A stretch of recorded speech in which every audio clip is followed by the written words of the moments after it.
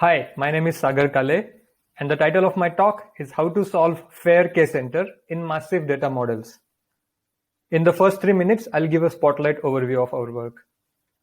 In the K-Center problem, you're given n points in a metric space. Think of it as, for example, a Euclidean space.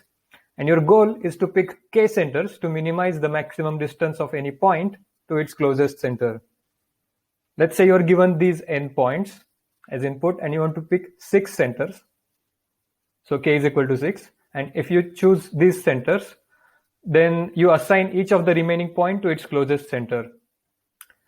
And by a visual inspection, you may determine that the point that is farthest from its center is this. So the cost of this solution is this distance. And your goal is to find a solution that minimizes this cost. This problem has a two approximation algorithm, and it is NP hard to do anything better. Now, naturally, these centers give you a good summary of the input because for each of the remaining points, there is some point in this set that is close to it. So it is used for data summarization. A generalization of this K-center problem is fair K-center, where you're given n points, and along with these points, you're given for each point a group assignment. So each point belongs to a group. And your goal is to pick K fair centers. What do I mean by this? Let's see an example. So you're given these points, and as you see, each point has a color associated with it, and that represents the group that it belongs to. And you want to pick K fair center. That means, for example, you want to pick K centers such that you pick 2 from each group. Now, if you pick these points, then you have chosen 2 centers of each color, and it's a fair summary, a fair solution, right? And naturally, it's used to enforce fairness. So in a sense, you get a fair summary of the input.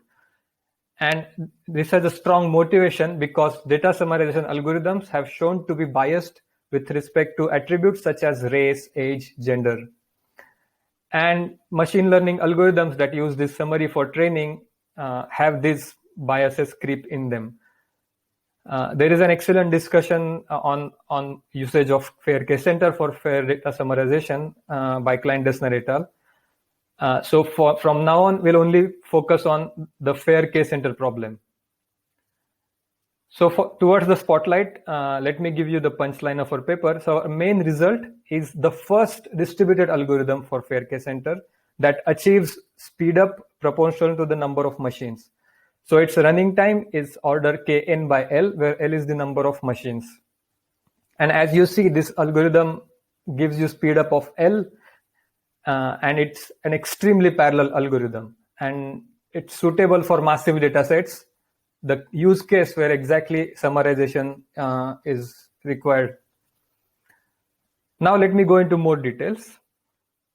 Let me discuss prior work and compare our results with it. So Chen et al. First gave a 3 approximation algorithm that runs in order n square time. Klein-Dessner et al. Got an almost linear time algorithm, but its approximation ratio is exponential in the number of groups. Here, m is the number of groups. Last year, I gave 2 streaming algorithms. One achieves the approximation ratio of 3, and it's almost linear time, the best you could hope. And its space usage is order k squared. And also, I gave a constant approximation 1-pass algorithm. In this paper, we give a 3 approximation 2-pass streaming algorithm, improving the space usage from k squared to km. Now, this is almost quadratic increase because m, the number of groups, is much smaller compared to a k, right? And its running time is also the best you could hope for, order kn. As I mentioned on the last slide, our main result is the distributed algorithm. We also give a hardness result. We show that 4 approximation is impossible in the model that we work in unless machines communicate all their input. So you might as well not use the parallelization if you want to achieve better than 4 approximation. To handle massive data sets, parallel algorithms are preferred over streaming because you could use frameworks such as Hadoop and get a good speed up. And offline algorithms are usually too slow to work on massive data sets. So these are all theoretical guarantees that I mentioned so far. And we also show by experiments that our algorithms perform better even on small real data sets. Another point that I want to highlight is that our hardness result, this one, is actually applicable for the K-center problem without the fairness constraint. This implies that 4 approximation algorithm of Malcolm et al. Is essentially tight. Now let's jump into the algorithms. Let me first talk about our 2-pass algorithm. Let's assume that we know a guess R for optimum cost. So R lies between these values. And this assumption can be easily gotten rid of by geometric guessing. So let's start with this guess. What we do in first pass is we find a maximal set of points P with pairwise distance strictly greater than 2 times R. And this is our first pass, and the method that we run is called get pivots. So it finds a set of pivots.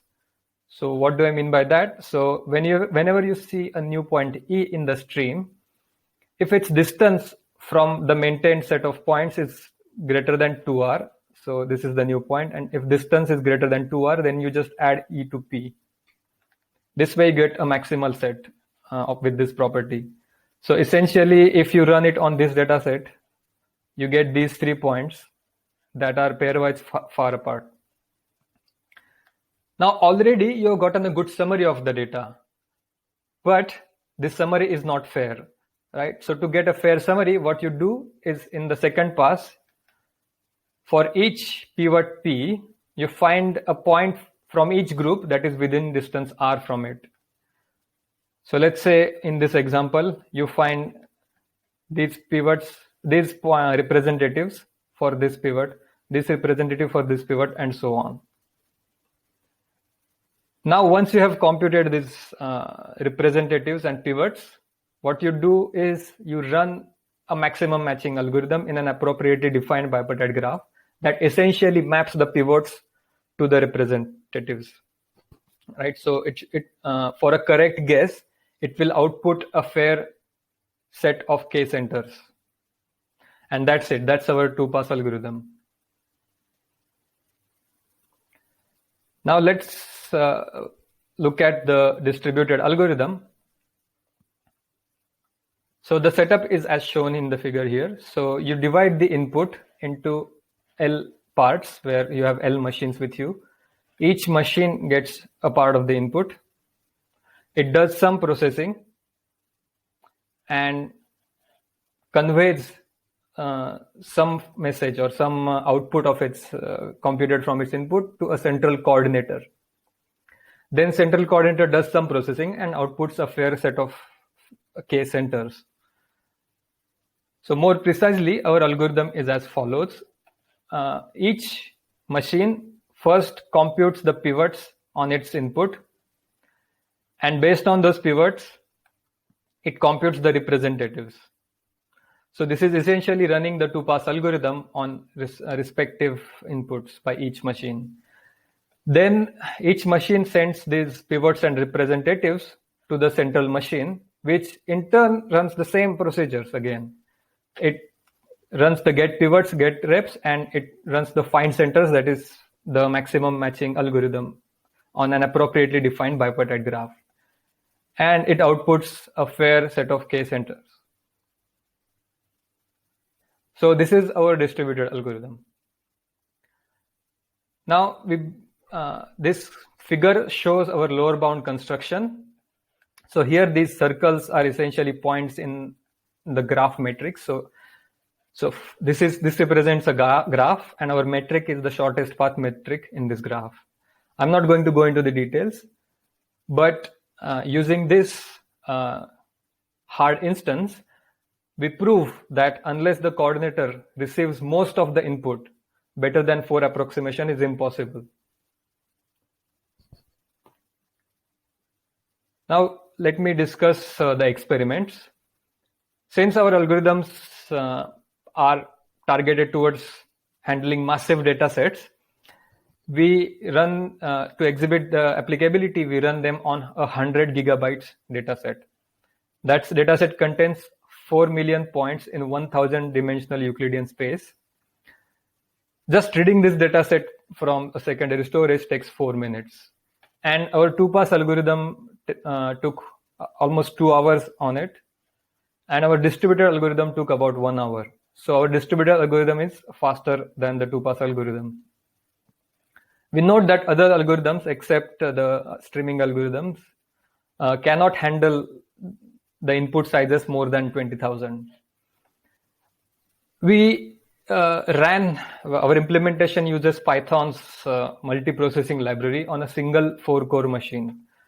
And as you see, it is already half, it takes half the time as 2-pass. And as expected, if you add more machines, you will need smaller and smaller time.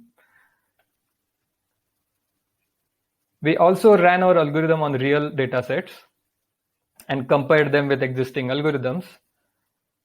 So using a well-known lower bound, we compute the approximation ratios. And as you can see here, our algorithms match the best approximation ratios so they achieve the best approximation ratios. To compare the running time, we plot this graph. So here on x-axis, you have the instance size, and on y-axis, you have running time. As you can see, the Chen et al. Algorithm, which is quadratic time, grows quickly. Its running time grows quickly with the instance size. So to compare, let's zoom in on this part. So if you see here, the distributed algorithm seems to be slower than other algorithms, but that's because the instance size is smaller. So as instance size grows beyond a certain threshold, the distributed algorithm will start being faster than anything else. And as you see, our 2-pass algorithm is essentially the fastest. So to conclude, we saw algorithms for the fair case center problem that handle massive data sets and also achieving the best approximation ratios. So also theoretically, and we show that experimentally also they are the fastest algorithms with best possible approximation ratios. I would like to conclude with an open question that is concerned with our hard instance. So our proof for the hard instance is basically on a slightly restricted setting, restricted but natural setting, but it's not an information theoretic lower bound. So I think it's a really interesting question that can we prove the hardness for information theoretic? So can we prove information theoretic hardness? That is a communication lower bound for any algorithm. So that's it. Thank you.